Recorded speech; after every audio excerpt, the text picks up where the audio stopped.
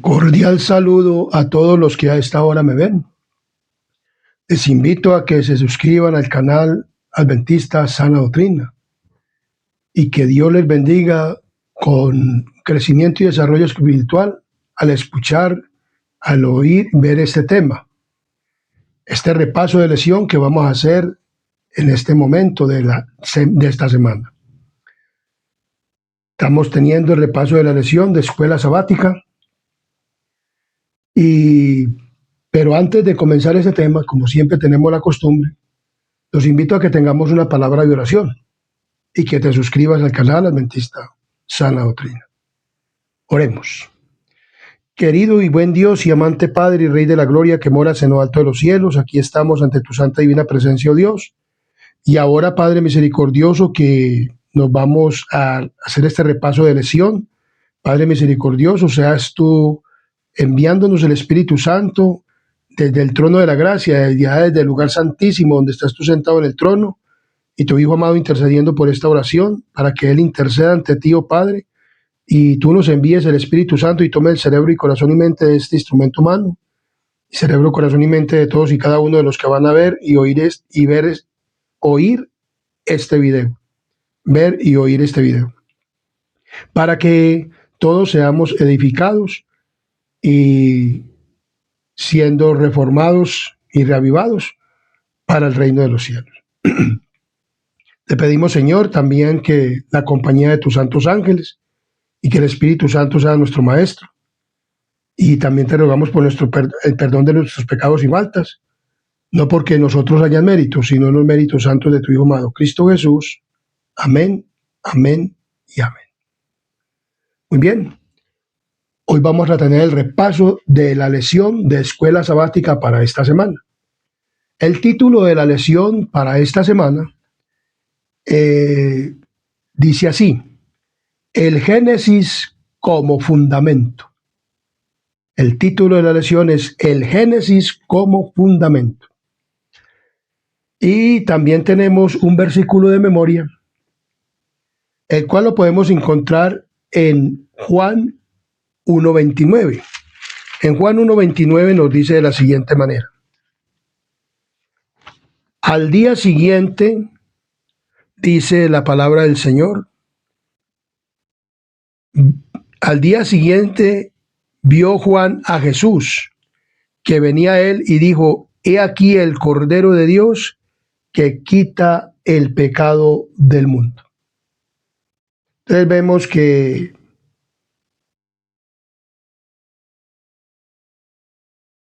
nos habla en Juan del Cordero de Dios que quita el pecado ¿de qué? Del mundo. Entonces el Génesis como fundamento. Hoy vamos a estudiar acerca de el Cordero, la muerte, el sacrificio. Son temas fundamentales de el Génesis. Y dice aquí muy claramente que la palabra de Dios, uno de los principales problemas de algunas interpretaciones modernas de la profecía bíblica es que no reconocen que las raíces de ésta se encuentran en la revelación previa del Antiguo Testamento.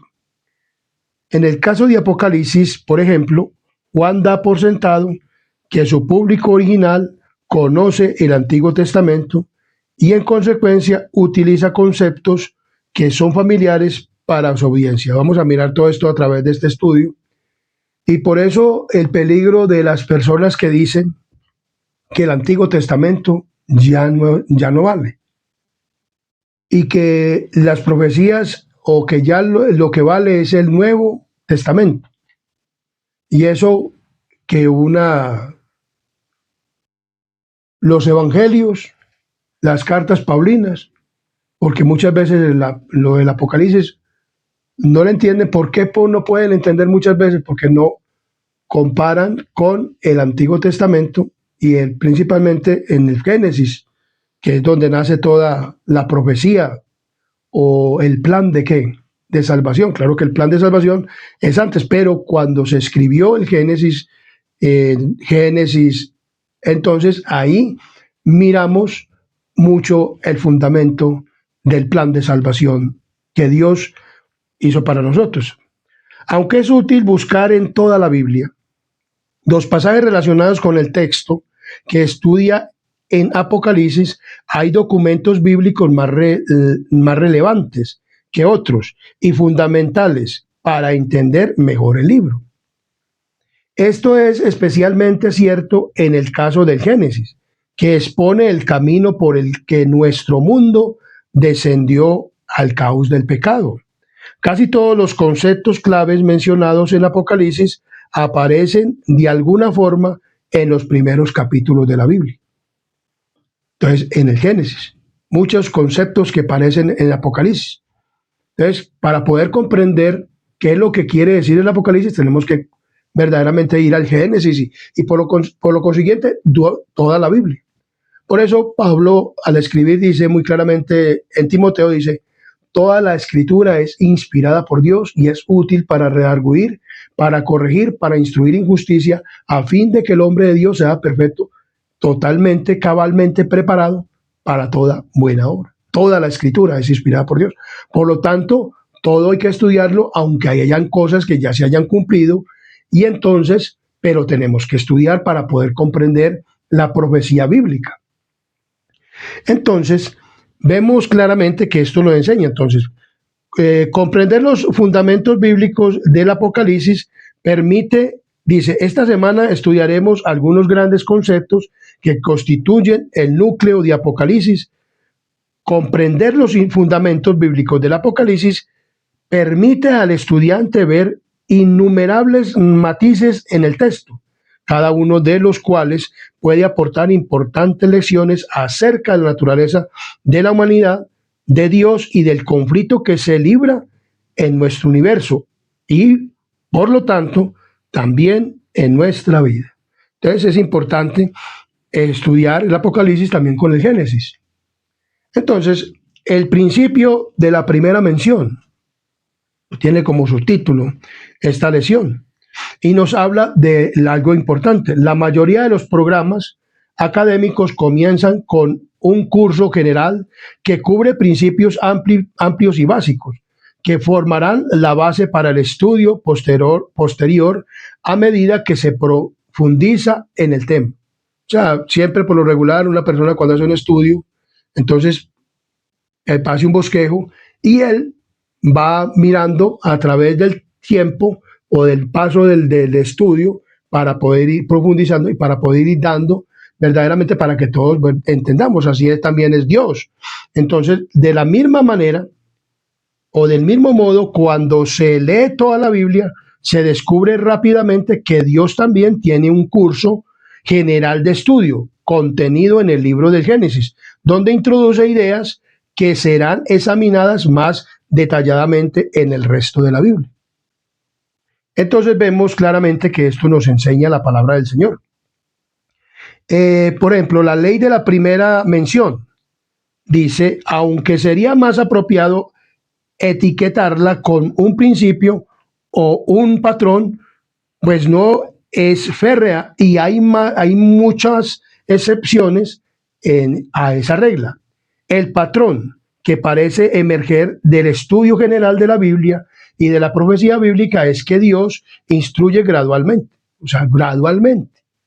O sea, nosotros somos personas, Dios es infinito, no es ilimitado.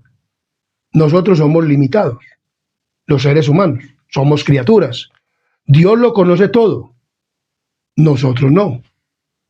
Entonces, por lo tanto, Dios nos va revelando. Hay un viejo adagio que dice, muy antioqueño, que dice, arrieros somos y en el camino se arreglan las cargas. Entonces, así es lo mismo Dios. Por ejemplo, vamos a poner un ejemplo de cómo cuando Dios creó a Adán y Eva, ¿cierto? No habían sino Adán y Eva. Y entonces Dios les dijo, creceos y multiplicaos. Y luego, pues entonces, Adán tuvo hijos y tuvo hijas. ¿Cómo se multiplicó la generación? Entre hermanos.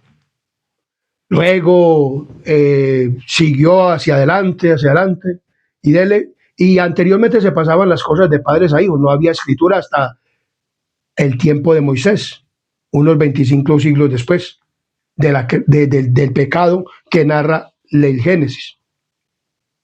Y entonces, pero más adelante encontramos que Dios da una orden que ya los hermanos y las hermanas, los tíos, los primos, todas estas personas no se pueden unir en matrimonio. Los tíos, las tías, el papá, la mamá, y vemos que Moisés o Aarón tomó una hermana por mujer.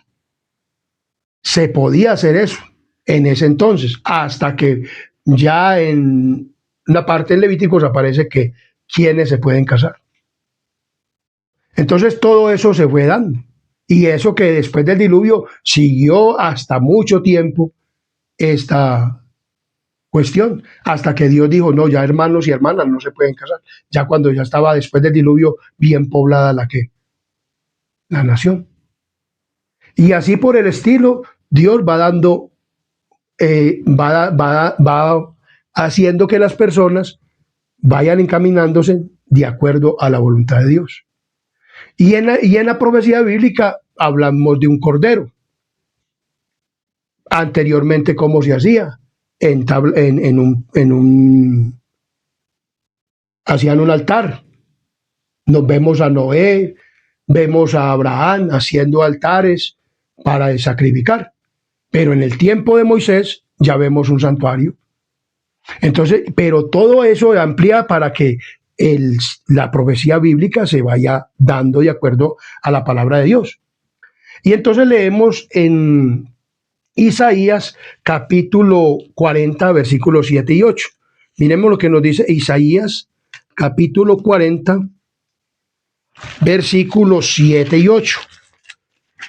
Nos dice de la siguiente manera, 47 y 8 dice, la hierba se seca, la flor se marchita, porque el viento de Jehová sopló en ella. Ciertamente como hierba es el pueblo. Sécase la hierba, marchítese la flor, mas la palabra de Dios nuestro permanece para siempre. O sea, el pueblo de Dios o las personas son comparados como ¿qué? Como hierba. Pero aquí dice que la palabra de Dios permanecerá ¿para qué? Para siempre. O sea, la palabra de Dios permanece ¿para qué? Para siempre. En Malaquías capítulo 3, versículo 6, encontramos lo siguiente. En Malaquías capítulo 3, versículo 6. Malaquías 3:6 nos dice de la siguiente manera: porque yo Jehová no cambio, por esto hijos de Jacob no habéis sido consumidos. Y en Hebreos capítulo 13, versículo 8 encontramos lo siguiente. En Hebreos capítulo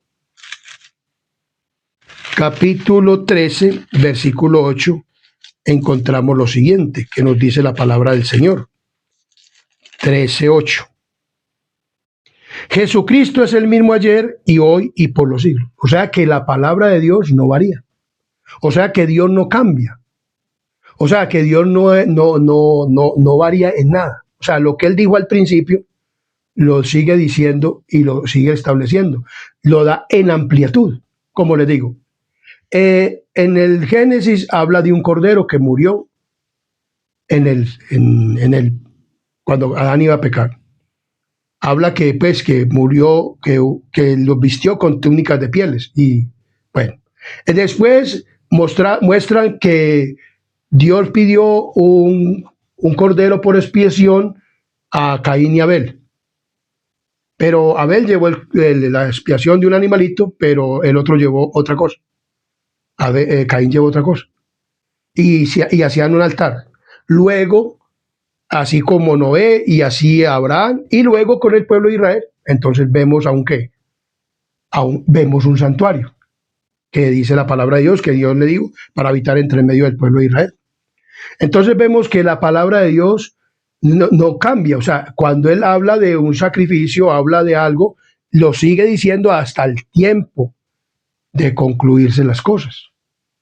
Entonces, por eso vemos que los textos anuncian de que Dios no varía la verdad. Gran parte del mundo moderno habla de veracidad, no de verdad.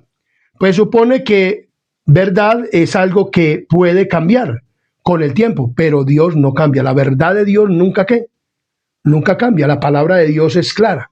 La palabra de Dios nunca qué, nunca cambia. En algunos casos, el concepto mismo de verdad es visto con suspicacia.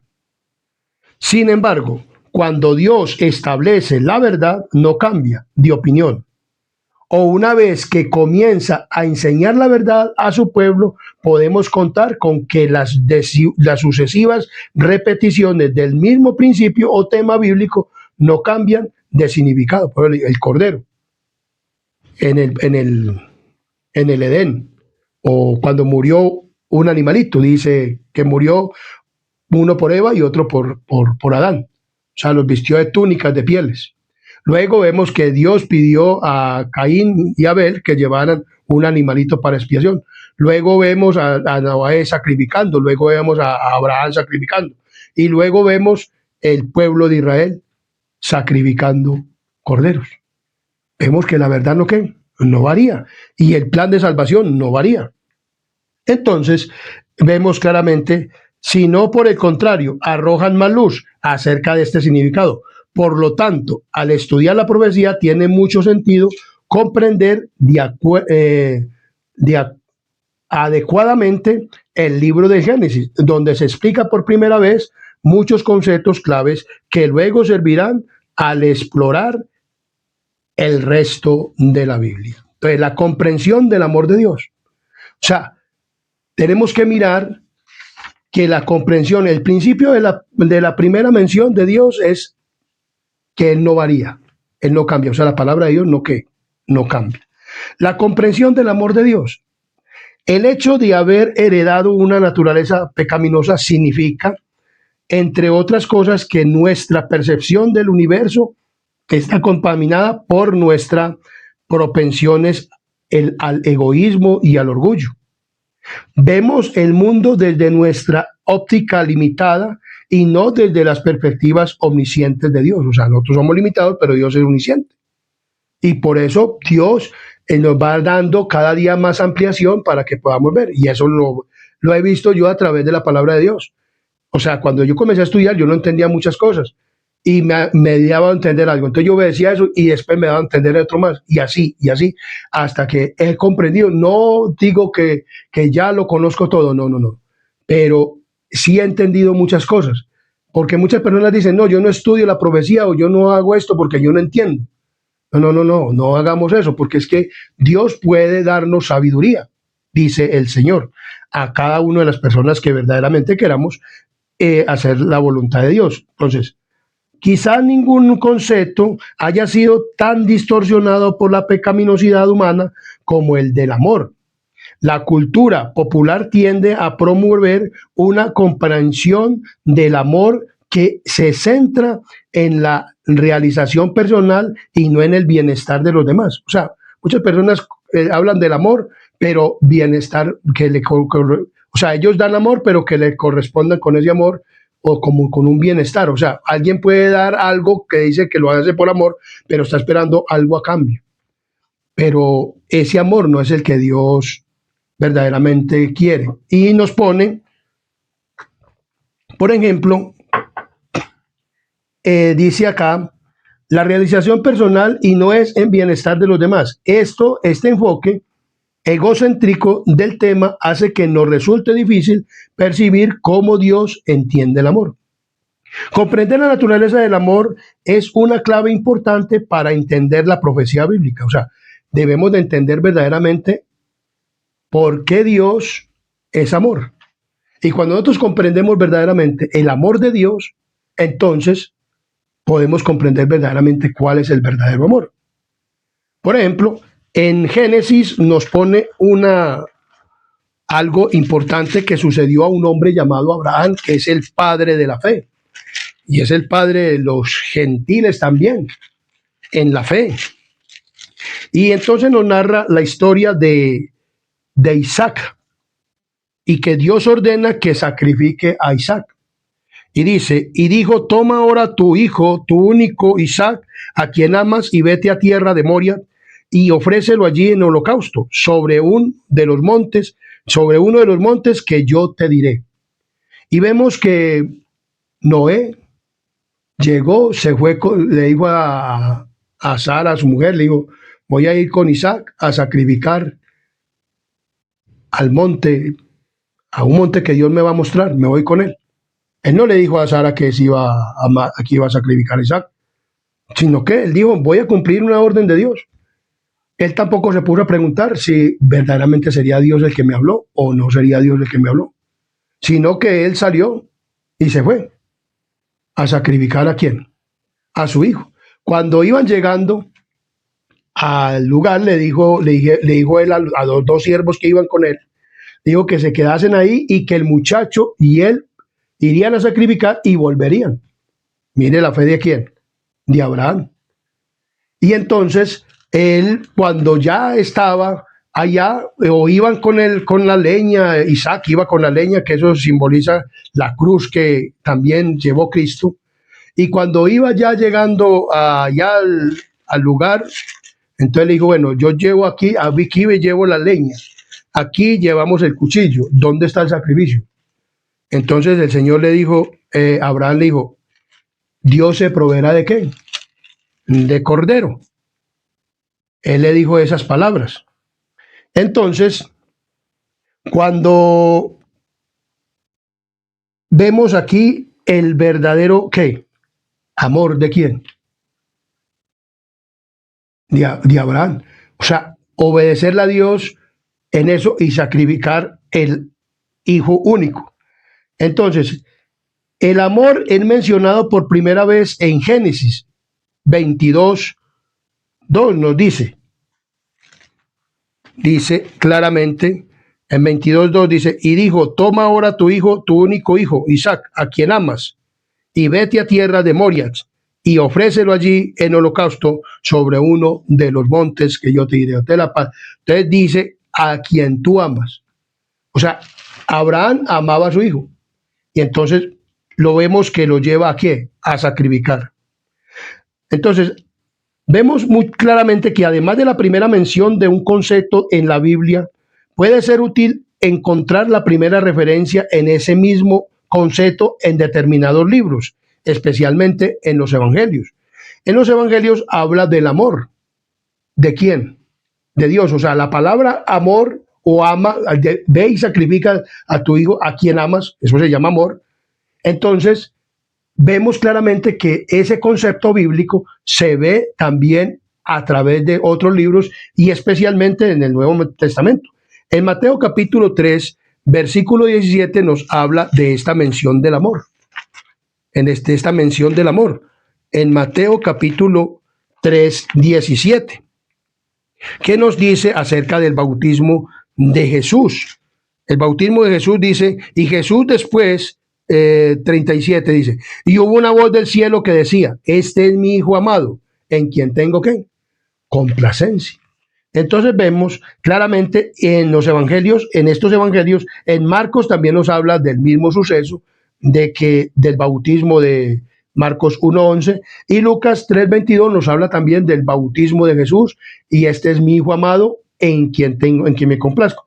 Pero una descripción particularmente y esclarecedora aparece en Génesis capítulo 3, en Juan capítulo 3, versículo 16, donde nos dice, porque de tal manera amó Dios al mundo que ha dado a su Hijo unigénito para que todo aquel que en él cree no se pierda, mas tenga vida eterna. Entonces aquí vemos tu único Hijo, o sea, el único Hijo, el Hijo unigénito, único. ¿El Hijo de quién? De Dios, Jesús. Entonces vemos la veracidad del amor de quién, de Dios. Lo que se hizo allá en el Monte Moria era un símbolo o algo que iba a mirar a través de la historia y que se iba a cumplir en quién, en Cristo Jesús. Abraham tenía ese único hijo que lo tenía con quién, con Sara. Pero este único hijo que vino no fue nacido de hombre ni nacido de pasión de hombre, ni de mujer, sino que una mujer fue la que Dios prestó su vientre para que el Hijo de Dios se encarnara en quién, en ella, o Dios mismo se encarnara en ella. Y entonces este ser se llamaría el Hijo de quién, de Dios, que es Jesús, cuando vino a nacer a este mundo, de una mujer virgen, de María. Entonces vemos claramente que aquí nos enseña la palabra amor también. Nos habla que lo que sucedió allá, que Abraham iba a sacrificar a su hijo por amor a Dios, y Dios puso eso en el, porque pues cualquiera no lo hace. Pero vemos que este hombre lo iba a sacrificar. ¿Iba a sacrificar a quién? A su hijo. Entonces aquí vemos la primera mención del amor. Es particularmente esclarecedora, pues parece aludir a la historia de Isaac sobre el altar. La fe de Abraham en Dios era tal que confió en que Dios podía hacer esto. Lo dice Hebreos capítulo 11, versículo 19. Nos dice de la siguiente manera. En 11:19 nos dice: pensando que Dios es poderoso para levantar aún de entre los muertos, de donde en sentido figurado también le volvió a recibir. Abraham, como les digo, anteriormente se pasaban las cosas de padres a hijos. Y Abraham seguro había oído de su padre que le había dicho que el Salvador o que la gente resucitaría. Porque de dónde iba a sacar Abraham que la gente resucitaría, tuvo que ser una enseñanza que venía desde dónde, desde el Génesis. Porque aquí en Hebreo nos dice que él confiaba que Dios podía ¿qué? Resucitar a quién, a su hijo. Por eso él le dijo a los que iban, no, vamos allá. Y él, yo sé que yo lo puedo matar y él me lo va a resucitar para volvérmelo a traer, para llevárselo a Sara, porque sería que Sara va a sufrir mucho. Y en la viuda de Naín vemos que era una mujer que tenía un único hijo y entonces se lo resucitó y se lo entregó a su madre, porque era el único hijo que tenía esa mujer para que viera por él. Entonces Sara se viera muerto de tristeza, donde no le hubiera llevado el hijo, ¿quién? Abraham, a Isaac. Y entonces vemos claramente que ahí vemos que Abraham sabía de la resurrección, que cuando que Cristo o que Dios tenía el poder de ¿qué? De resucitar, y que cuando Cristo viniera iba a resucitar. Entonces vemos claramente que Abraham sabía de la ¿qué? De la resurrección. ¿Ve?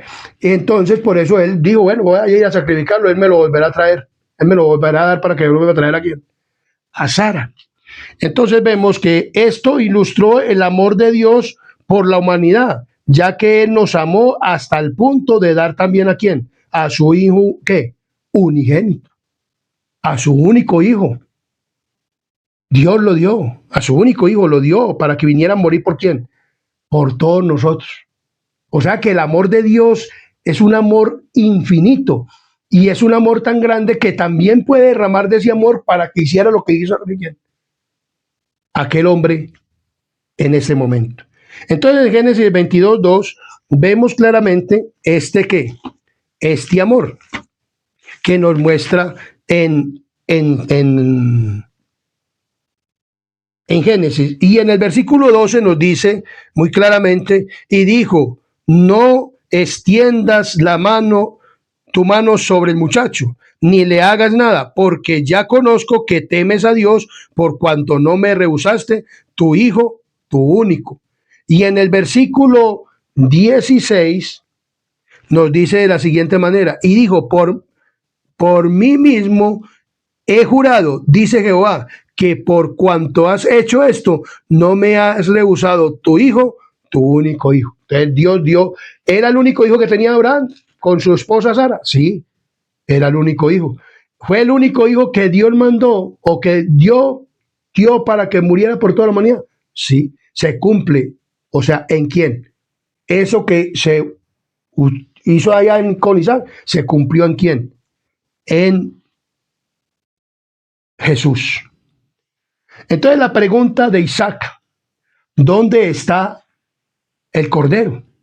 Él le preguntó a quién, a Abraham, ¿dónde está el cordero? Entonces la primera mención bíblica de un cordero aparece en Génesis 22, Es decir, en la misma historia que menciona por primera vez el amor.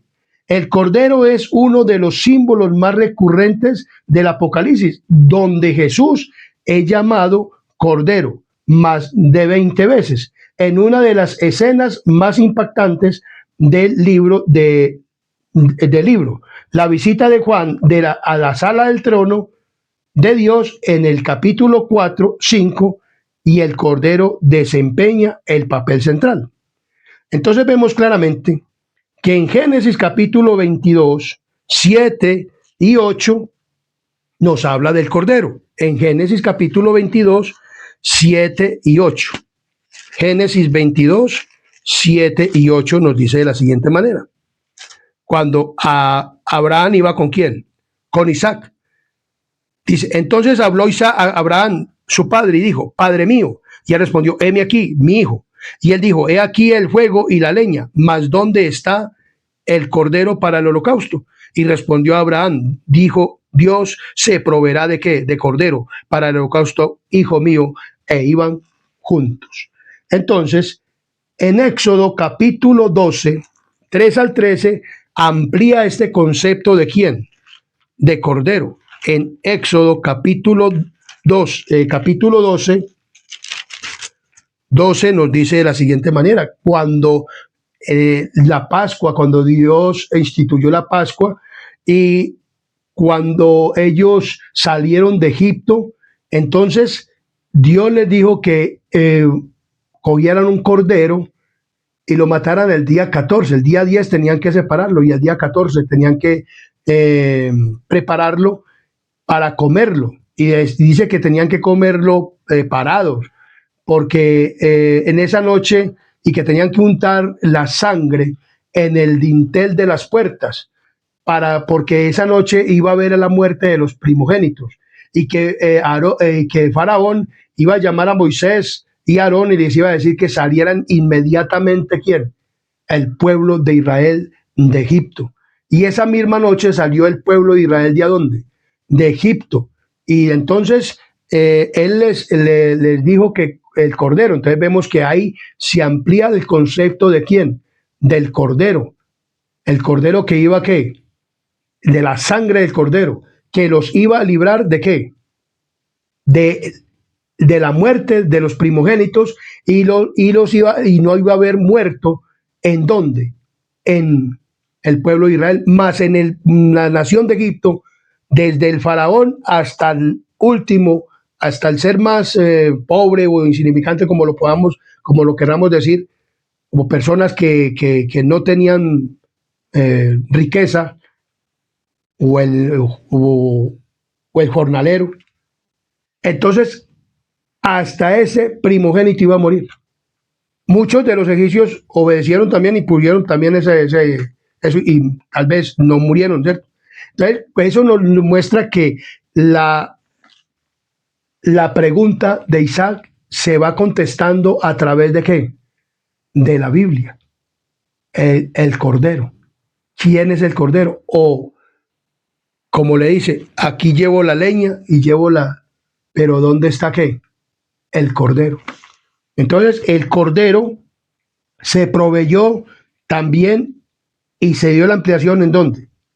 En Éxodo. Y este Cordero ya luego pasó a un santuario, donde se sacrificaba el Cordero o que se sacrificaba un animal para expiación ¿de qué? Del pecado, para poderlos librar ¿de qué? De la muerte o del pecado. Y vemos en Apocalipsis capítulo 5, 5 al 10 de la siguiente manera. En Apocalipsis capítulo 5 se revela lo que es el Cordero. O sea, 5 dice, uno de los ancianos me dijo, no llores. He aquí que el león de la tribu de Judá, la raíz de David, ha vencido para abrir el libro y desatar sus 7 sellos. Y miré y vi que en medio del trono y de los 4 seres vivientes y en medio de los ancianos estaba en pie un cordero como inmolado, que tenía 7 cuernos y 7 ojos, los cuales son los 7 espíritus de Dios enviados por toda la tierra. Y vino y tomó el libro de la mano derecha del que estaba sentado en el trono. Y cuando hubo tomado el libro, los 4 seres vivientes y los 24 ancianos se postraron delante del Cordero, Todos tenían arpas y copas de oro llenas de incienso, que son las oraciones de los santos, y cantaban un nuevo cántico diciendo: digno eres de tomar el libro y de abrirle los sellos, porque tú fuiste inmolado y con tu sangre nos has redimido para Dios de todo linaje, lengua y pueblo y nación, y nos has hecho para nuestro Dios reyes y sacerdotes, y reinaremos sobre la tierra. Y entonces vemos claramente que aquí nos está hablando del Cordero. ¿Quién es el Cordero? Cuando Cristo fue entronizado en el cielo, estaban la bienvenida allá en donde, en el cielo. ¿Quiénes estaban allá? Los 24 ancianos. ¿Quiénes estaban allá? Los ángeles. Los 24 ancianos representantes de los otros ¿qué? De los otros mundos. Y los ángeles, que también son ¿qué? Y tenían coronas. Y dice, nos ha redimido. ¿Por qué? Porque cuando Jesús murió en la cruz como el Cordero, que quita el pecado del mundo, no solamente redimió a los hombres aquí en la tierra, sino que también redimió a los en el cielo, porque en el cielo también tenían dudas los ángeles y los representantes de otros mundos. Recordemos que cuando dice que los hijos de Dios o los representantes de los otros mundos estaban con Job, en Job, en el libro de Job, estaban allá, entonces él les dijo, llegó Satanás en representación de la tierra, porque Dios tiene representantes en los otros mundos. Estos son los ancianos que están en donde, y que ya tienen coronas, porque las otras personas apenas habían acabado de subir ya a dónde, con Cristo habían acabado de subir a dónde, al cielo, los redimidos, o la resurrección de la gavilla en el tiempo cuando Cristo resucitó. Eso después también lo podemos estudiar, bien estudiado. Entonces vemos claramente que aquí vemos que allá le estaban dando la ¿qué? La bienvenida a quién. Y ellos, cuando ya vieron que el enemigo mató a Satanás, mató a Jesús, entonces ya vieron que verdaderamente el asesino y el malo era el diablo, y por tanto lo echaron del cielo y dijo, aquí no viene usted más nunca más. O sea, ya no puede entrar ¿quién? Satanás. Por eso dice que hubo una guerra en el cielo. Satanás fue echado totalmente a la tierra, porque aquí vemos donde leímos que la entrada al pecado. Entonces vemos que aquí vemos a Jesús como el Cordero. ¿Cómo qué? Como el Cordero. Entonces, el tipo, o sea, el símbolo, el Cordero era un símbolo de Cristo. El antitipo, la realidad, o sea, Cristo ya llegó a ser la ¿qué? La realidad. La primera mención de un Cordero en la Biblia aparece en la pregunta de Isaac, ¿dónde está el Cordero? Curiosamente, el resto de la Biblia responde esa pregunta con lujo de detalles. Los otros 38 libros del Antiguo Testamento conducen al lector por un camino en la que la pregunta de Isaac es respondida progresivamente con más y más detalle. O sea, vemos el santuario, las fiestas, vemos todas estas cosas en Levíticos, muchas cosas que ocurren en Números, en Deuteronomios, luego en los profetas y reyes, luego en la restauración de vuelta cuando fue llevado cautivo el pueblo de Judá a Babilonia, luego fue reconstruido, luego sigue el sistema sacrificial, y cuando Cristo vino, Juan dice, este es el Cordero de Dios que quita el pecado del mundo. Muere el Cordero de Dios y luego es entronizado ¿en dónde? En el cielo, a seguir como sumo sacerdote en el lugar santo, y luego pasa en 1844 al lugar ¿qué? Santísimo. Eso es fascinante. Por eso la Biblia es fascinante estudiarla, es fascinante, es delicioso, es rico, es sabroso estudiar la palabra de Dios desde esa perspectiva de vista. Cuando uno verdaderamente comienza a estudiar la Biblia desde el Génesis y se la va abriendo uno ese conocimiento en los ojos, Dios se los va abriendo a uno y uno comienza a comprender. Y dice, gracias Señor, porque tú me estás enseñando el plan de ¿qué? De salvación. Entonces vemos claramente que esto nos enseña la palabra del Señor. Toda la historia bíblica está salpicada de innumerables profecías mesiánicas que anticipan la respuesta a la pregunta de Isaac. Luego, en el Nuevo Testamento, la pregunta es respondida cuando Jesús aparece en persona misma, ministra entre su pueblo y entrega finalmente su vida como sacrificio en la cruz. Y vemos la primera mención de un cordero en el Evangelio de Juan, capítulo 1, versículo 29. Aquí hay el Cordero de Dios que quita el pecado del mundo. Entonces, daría la impresión de que Juan, el Bautista, estuviera respondiendo la pregunta de Isaac en un escenario que no podría ser más apropiado. Los pecadores se arrepienten y se sumergen en el agua del bautismo, que simboliza la muerte del pecador y el comienzo de una nueva vida.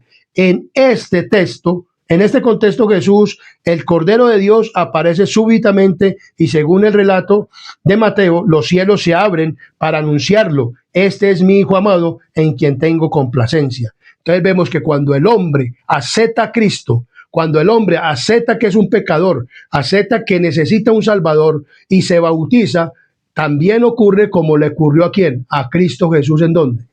En el bautismo. Este es mi Hijo amado en quien tengo complacencia. Cuando usted y yo aceptamos y nos bautizamos en Jesús y nos bautizamos como Dios manda, entonces, en el nombre del Padre, del Hijo y del Espíritu Santo, entonces, y creyendo en Jesús como nuestro único y suficiente Salvador, entonces usted y yo morimos también, así como Cristo murió, pero nos levantamos de la tumba líquida para vivir una nueva ¿qué? Una nueva vida. Entonces la pregunta de Isaac queda respondida. Cuando se entretejen todos los hilos, queda claro que Jesús es el Cordero de Dios, es nuestro sustituto. Eso arroja mucha luz sobre nuestra comprensión de el Cordero inmolado a la visión de Juan del trono en Apocalipsis. Como vemos en Génesis 22, 11 al 14 también nos habla de esto. Génesis 22, 11 al 14. Génesis capítulo 22, 11, donde nos habla de lo siguiente. 11, dice: Entonces el ángel de Jehová le dio voces desde el cielo y dijo: Abraham, Abraham. Y él respondió: heme aquí. Y dijo: no extiendas tu mano sobre el muchacho, ni le hagas nada, porque ya conozco que temes a Dios, por cuanto no me rehusaste tu hijo, tu único.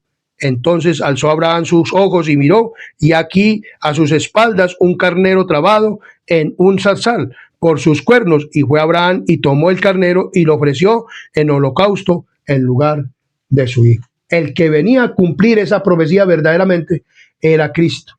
Ese sí iba, y ese sí no fue reemplazado por un cordero. Él, con su propia vida, con su propio cuerpo, tuvo que morir en la cruz para poder darnos vida y salvación. Por eso nosotros debemos de aceptar a Cristo en nuestra vida y debemos de volver a darle ese amor que nos ha dado a nosotros con una acción importante, que es el bautismo, aceptando a Cristo. Entonces, cuando usted y yo aceptamos a Cristo, estamos aceptando ese plan de redención y que Cristo vino a cumplir esa pregunta de quién, de Isaac. ¿Y dónde está el qué? El cordero. El cordero era ese animalito, o ese animalito que estaba ya atrapado por los cachos, y lo tomó Abraham y lo sacrificó en vez de su hijo. Pero eso ocurrió con el hijo de Abraham. Pero con el Hijo de Dios no ocurrió lo mismo. Él tuvo que morir ¿por quién? Por nosotros. Ese es el verdadero amor. Ahí se constituye el verdadero amor ¿de quién? De Dios. Y la pregunta de Isaac: ¿dónde está el cordero? ¿Dónde estaba el cordero? Estaba en el cielo. Pero él tenía que venir y encarnarse, hacerse un hombre como nosotros, adquirir una naturaleza pecaminosa como la de nosotros y morir sin pecado para que tú y yo tuviéramos vida eterna. ¡Qué amor tan grande! Ese es un verdadero amor. Cuando usted y yo comprendemos el plan de salvación y el amor de Dios, entonces nosotros también queremos que ese amor se derrame en nosotros para darlo a la humanidad. Y este canal adventista, Sana Doctrina, está preparando un pueblo para el reino de Dios y te está diciendo a ti, querido amigo y hermano, que en Cristo hay salvación. Su sangre te limpia de todo pecado. El Cordero, Cristo Jesús, murió en una cruz, pero no se quedó muerto. Él resucitó y ahora está ¿en dónde? En el cielo. Entonces la muerte también se narra ¿en dónde?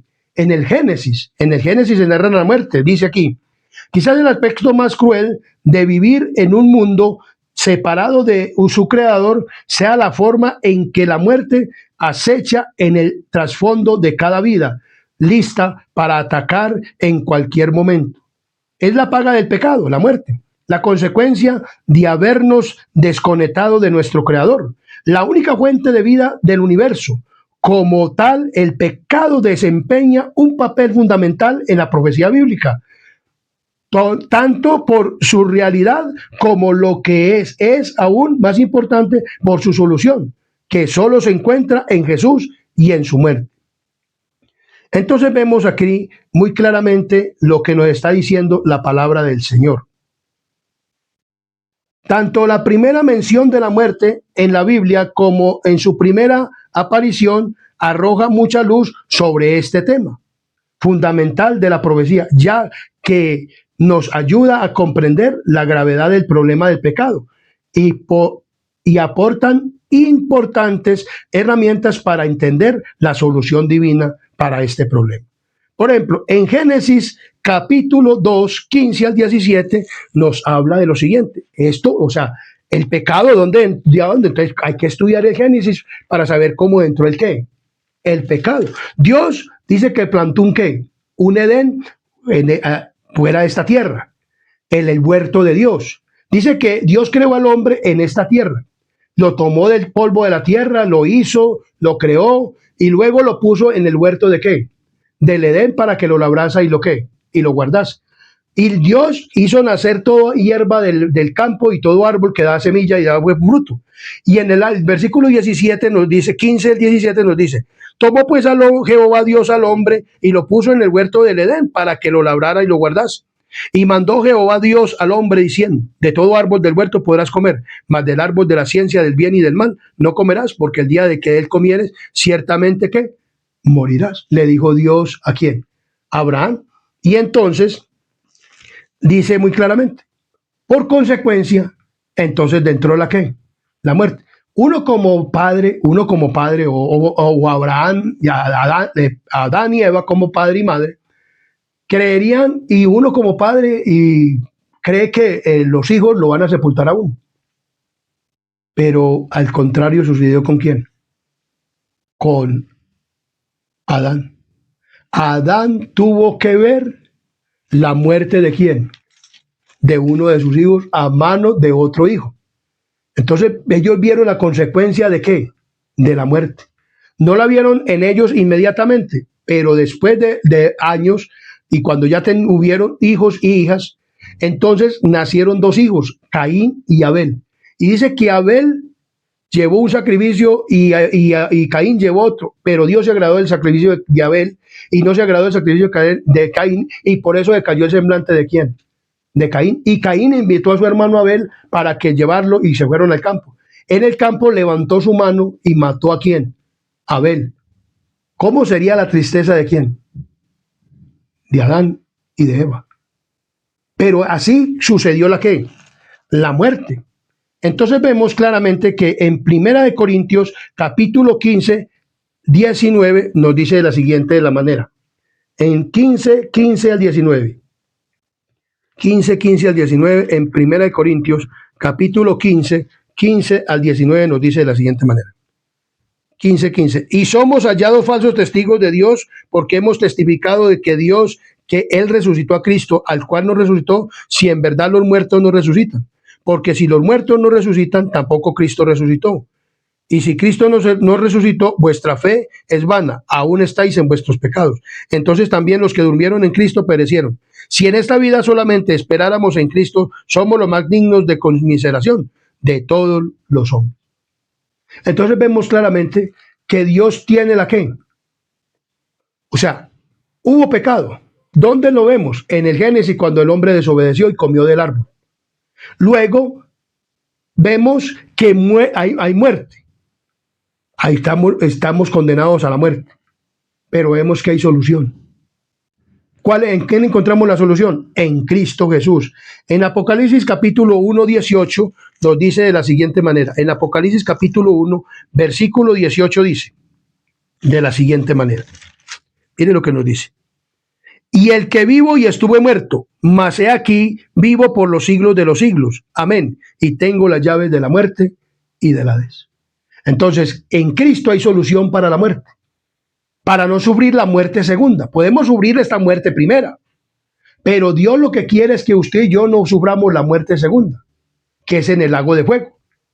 Entonces Dios no quiere que usted y yo muramos, sino que aceptando en la Biblia y buscando en la Biblia, vemos que hay muerte. Vemos que Caín mató a Abel, sufrió a Adán por esto y su madre. Vemos que cuando Cristo vino, de tal manera amó Dios al mundo que dio a su Hijo unigénito para que todo aquel que le crea no se pierda, mas tenga vida eterna. ¿Cómo era que Él iba a darnos vida eterna? Muriendo en la cruz como el Cordero. Luego muere y entonces resucita y sube al cielo. Y Él dice que Él fue el que estuvo vivo y también murió, pero que ahora también resucitó, porque Dios tenía poder, como sabía Abraham, que Dios le había comunicado por su padre, por su progenitor, o el mismo Dios le había dicho, yo tengo posibilidad de resucitar, y por lo tanto, mi hijo va a venir y va a morir, porque Dios le mostró ese plan de salvación a quién. Eso que sucedió allá, ese fue el plan de salvación que Dios le mostró a Abraham. Y dijo, pero yo tengo poder, mi hijo va a venir a morir en la cruz, y lo levantaré de los muertos. Y Dios levantó a Jesús de los ¿qué? De los muertos, aunque Jesús tiene vida en sí mismo, pero Él venía a cumplir ese plan de redención y Dios lo levantó. Los ángeles vinieron, quitaron la piedra y Jesús salió victorioso de la muerte. Venció a Satanás ¿en dónde? En la cruz. Entonces en Cristo hay ¿qué? Solución. Amén. Entonces, la serpiente, vemos que la serpiente es un animal que está ¿en dónde? En Génesis. La serpiente engañó ¿a quién? A Eva. Entonces, la adoración es un tema clave en el Apocalipsis. El autor promotor de los falsos sistemas de culto es identificado como el dragón. En Apocalipsis capítulo 13, 2 y 4 nos dice de la siguiente manera.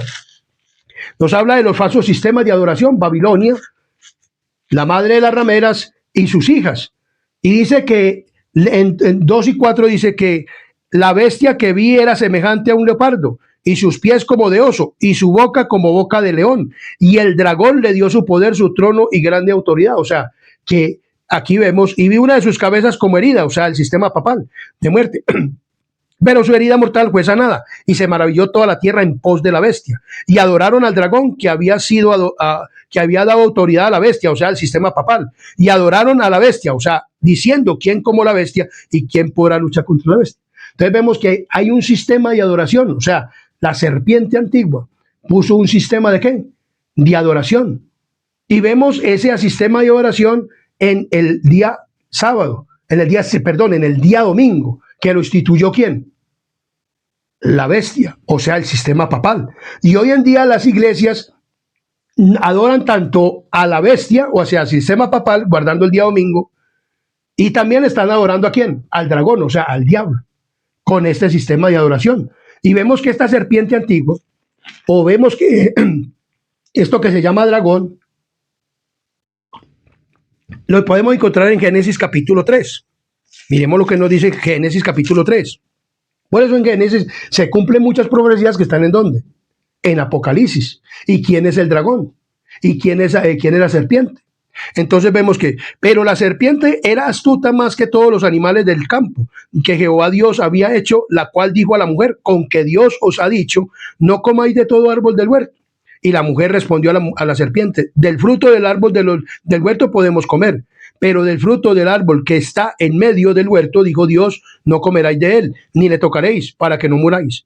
Entonces la serpiente dijo a la mujer, no moriréis, sino que sabe Dios que el día que de él comáis, de él serán abiertos vuestros ojos, y seréis como Dios, sabiendo el bien y el mal. Entonces vemos que esta serpiente quiso también que Adán y Eva lo que lo adoraron por un momento porque desobedecieron la palabra de quién, de Dios, y vemos que Eva tomó, comió, en el instante no murió, pero después de 930 años, Adán murió. Entonces vemos claramente que la mujer fue engañada. Hoy Satanás también está engañando por medio de un ¿qué? De un sistema. Y en Apocalipsis nos está hablando quién es esta serpiente antigua, y quién es el dragón que le dio autoridad a la iglesia o el sistema católico romano. Miremos cómo la palabra de Dios nos lo narra completamente. En Apocalipsis 12:1 nos habla de una mujer. Sabemos que una mujer es una iglesia, pero que esta iglesia pero aquí habla de una iglesia pura, pero cambia en el Apocalipsis capítulo 3. Bueno, en el primero dice, aparece en el cielo una gran señal, una mujer vestida del sol, con la luna debajo de sus pies y sobre su cabeza una corona de 2 estrellas. Entonces vemos aquí la iglesia pura, pero también en Apocalipsis 17 vemos a una mujer como la iglesia que impura, o sea, la mujer está representando a un sistema, a una iglesia. Y aquí estamos hablando de la serpiente que le dio autoridad a la bestia o al sistema religioso papal o el sistema papal. Entonces, estando encinta, clamaba con dolores de parto y en la angustia del alumbramiento. También apareció otra señal. Entonces, aquí vemos la señal en el cielo. He aquí un gran dragón. Entonces, ¿quién es ese? Escarlata, que tenía 7 cabezas y 10 cuernos y en su cabeza 7 diademas. Ese es el dragón que le dio autoridad ¿a quién? A la bestia, o sea, al sistema papal. Y su cola arrastraba la tercera parte de las estrellas del cielo, o sea, los ángeles, y los arrojó sobre la tierra. Y el dragón se paró a frente de la mujer que estaba para dar a luz a fin de devorar a su hijo, tan pronto como lo hacía. También está representando una nación que es el Imperio Romano, el dragón. O sea, el dragón, o sea, el diablo, la serpiente antigua, ha estado detrás de los poderes políticos y también de los poderes religiosos como el sistema papal y de las iglesias que conforman Babilonia. Y vemos en el versículo 9, nos dice, y fue lanzado fuera el dragón, la serpiente antigua que dice allá, que engañó ¿a quién? A Eva, que se llama Diablo y Satanás, el cual engaña al mundo entero, fue arrojado a la tierra y sus ángeles fueron arrojados con él. Entonces vemos que la serpiente antigua, o sea que Apocalipsis me está mostrando que la serpiente antigua no era una serpiente verdadera, sino que era ¿quién? Satanás, aunque la serpiente sí era verdadera, pues, o sea, él tomó a la serpiente para hablar y hacer caer ¿a quién? A Eva. Pero detrás de la serpiente, ¿quién estaba? El dragón. ¿Quién estaba? El diablo. Así lo mismo, tras el poder que persiguió a Jesús para matarlo, era el Imperio Romano. Luego sucedió al Imperio Romano el sistema papal. Y hoy en día es la Iglesia Católica Romana, que emplea un sistema de adoración falso el domingo. Y también tiene lo que se llama la inmortalidad del alma.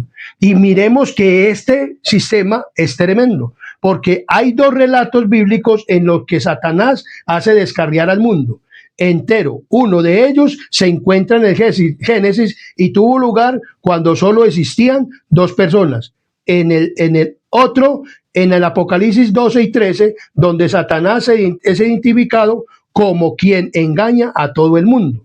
Y todo poder en la bestia que sube del mar para que toda la tierra se maraville en pos de ella. O sea, vemos que este sistema de adoración va a volver a resultar porque tiene una herida de herida de muerte. Esta herida de muerte la tiene la Iglesia Católica Romana. Entonces, vemos claramente que hay 2 principios bíblicos. Por ejemplo, dice la palabra de Dios, y entonces la serpiente dijo, no moriréis. Hoy en día sigue esta serpiente antigua engañando a las personas diciendo de que las personas no van a morir, sino que sale un alma, o que hay reencarnación, o que sale un alma y que los que mueren siendo buenos están en el cielo y que los otros van a un infierno, o que cuando Cristo venga va a dejar a unas personas ardiendo eternamente, pero eso no lo dice la Biblia. Entonces, hoy en día las personas Satanás les ha metido a la madre de las rameras, o sea, a la Iglesia Católica Romana o al sistema católico romano, le ha metido también a las hijas que los muertos siguen viviendo, cuando la Biblia dice que los muertos no saben nada. Y que solamente en la segunda venida de Cristo, Dios dará la inmortalidad y sacará los muertos en Cristo, resucitarán primero, y los que estén vivos serán transformados y serán llevados al cielo. Pero en este momento, una persona cuando muere no va al cielo, ni una persona cuando muere, y eso lo creen las iglesias, las hijas de Babilonia, muchas de ellas, o sea, las iglesias que se denominan protestantes, entre comillas, y la Iglesia Católica Romana. Entonces, y sigue con estos 2 principios. Miremos, el de la inmortalidad del alma. Y otro principio que él hace, lo revela en Primera de Tesalonicenses, dice que serán abiertos sus ojos y seréis como qué, como Dios. Entonces, en Tesalonicenses nos habla de esto. En Segunda de Tesalonicenses, capítulo 2, versículo 4, nos dice de la siguiente manera: el cual se opone y se levanta contra todo lo que se llama Dios o es objeto de culto, tanto que se sienta en el templo de Dios como Dios, haciéndose pasar por Dios. ¿Quién es este? ¿A quién está hablando aquí? Está hablando del sistema papal, que fue el que le dio, dice en Apocalipsis, que le dio su trono y grande ¿qué? Autoridad. Entonces, como le digo, las iglesias protestantes, que se denominan protestantes y que guardan el domingo, y todo el mundo que está haciendo esto y que están dando el día domingo como descanso, entonces vemos claramente que están adorando verdaderamente ¿a quién? Al sistema papal o a un hombre. Y la palabra de Dios dice que no debemos de adorar a hombre ninguno y que no debemos de adorar a Satanás. Y hoy muchas personas guardando el domingo y creyendo en la inmortalidad del alma están creyendo la misma mentira que le dijo a Eva en el Edén, que serían como Dios, y este sistema papal se hace pasar ¿por quién? Por Dios, y es objeto de culto. Vemos que el sistema papal o el que representa al sistema papal va a cualquier parte y todo el mundo va y lo adora, lo besa y se le arrodilla.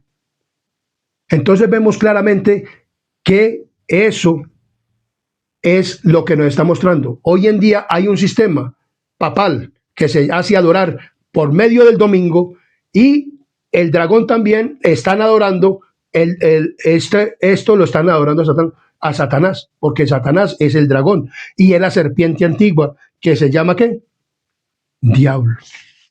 Por eso, mi querido hermano, para nosotros poder entender bien la profecía, tenemos que ir al Génesis para ver verdaderamente quién es el sistema y quién es el anticristo y quién es aquella persona que se hace adorar como Dios y quién es el que ha perseguido a la iglesia y quién es el que ha hecho todas estas cosas. ¿Ve cómo es tan importante estudiar la Biblia y el Génesis para poder entender hoy en día este maravilloso tema de quién le dio la autoridad y quién es el dragón y quién es la bestia y quién es todo esto? Cuando usted estudia, mi querido amigo, de otras religiones, de la Biblia con la profecía y se deja guiar por el Génesis y por el poder del Espíritu Santo, usted va a tener un amplio conocimiento. ¿Por qué los adventistas tenemos este conocimiento tan? Porque primeramente nos encomendamos a Dios y luego que no rechazamos ningún texto de la ¿qué? De la Biblia.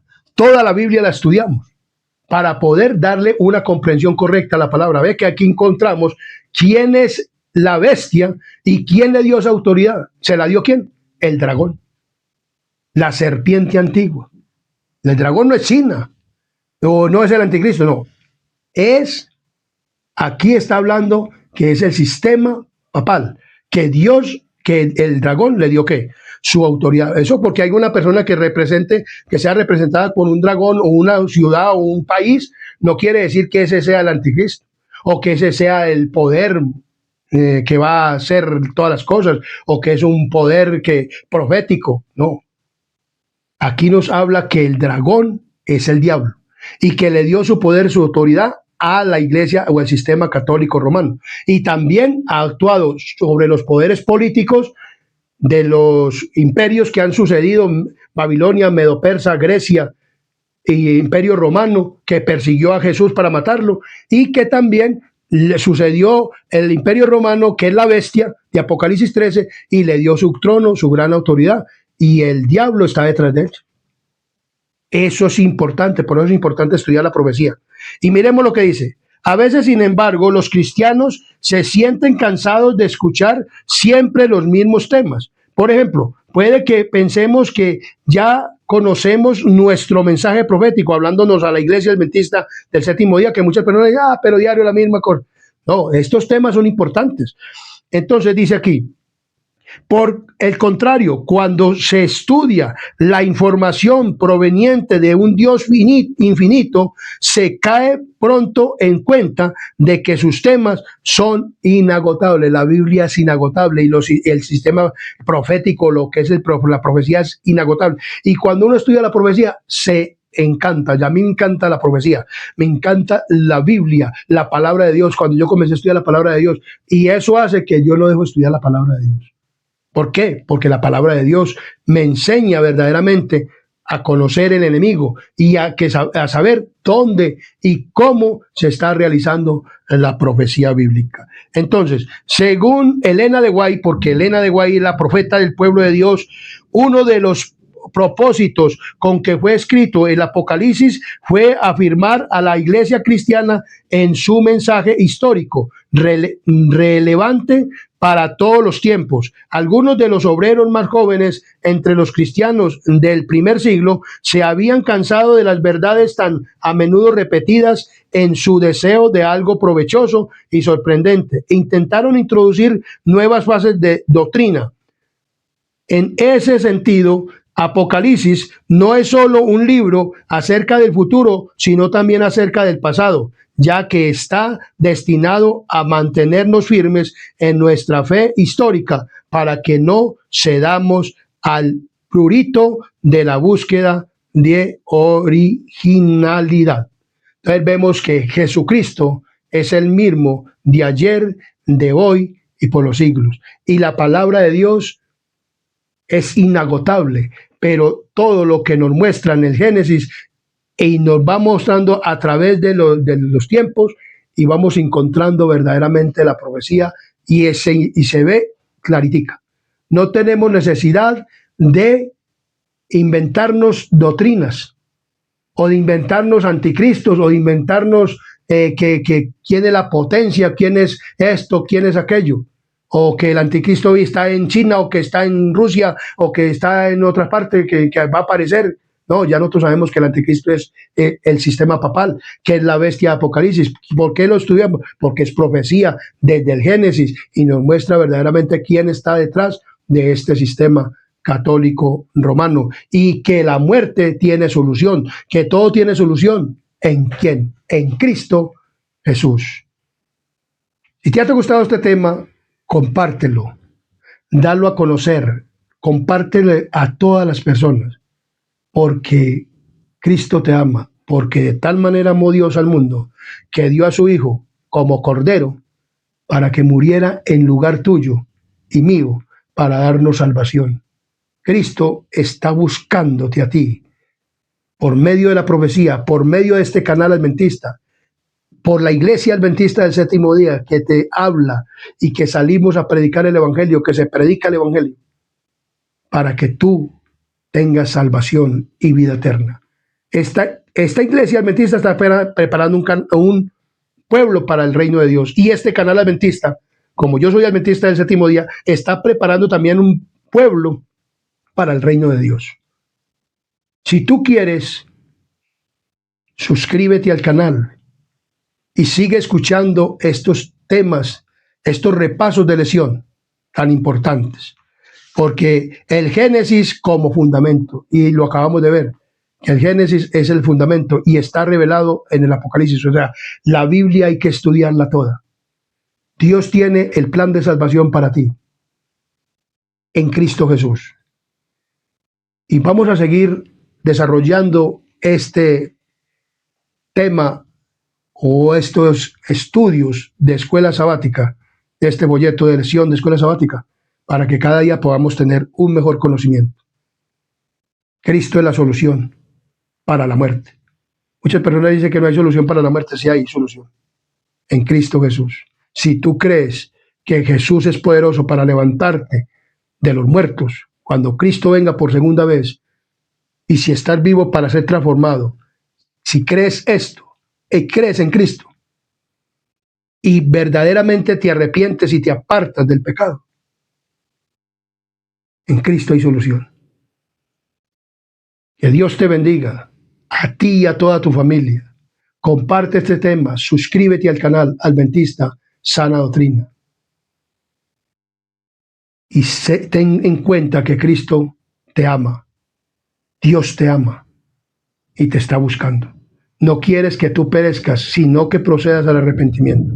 Cree en Jesús y serás salvo tú y toda tu casa.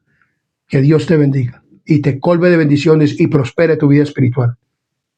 Mi querido amigo y hermano, familiar, que me escuchas, Dios te bendiga. Y antes de terminar este tema, les invito a que tengamos una palabra de oración. Oremos.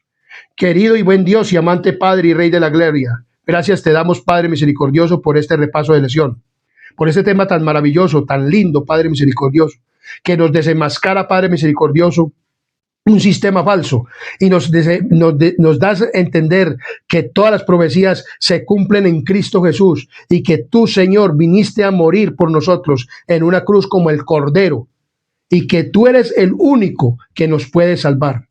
Y por eso, Padre misericordioso, imploro ante el trono de la gracia por todos y cada uno de los que van a oír y ver este video, para que tú los colmes del poder del Espíritu Santo, para que puedan entender y puedan, Señor, salir del mundo y rechazar el mundo y el pecado, para que te acepten a ti como su único y suficiente Salvador. Y que usted, bendito Dios, los ayude y les dé su Espíritu Santo para que ellos puedan tener fortaleza y dejar el mundo y el pecado y puedan bautizarse y conocer a Jesús a través de las Escrituras. Te pedimos, pues, bendito Dios, Padre misericordioso, que nos bendigas, porque lo pedimos y lo agradecemos y nos perdone nuestros pecados y faltas en el nombre de Jesús. Amén, amén y amén.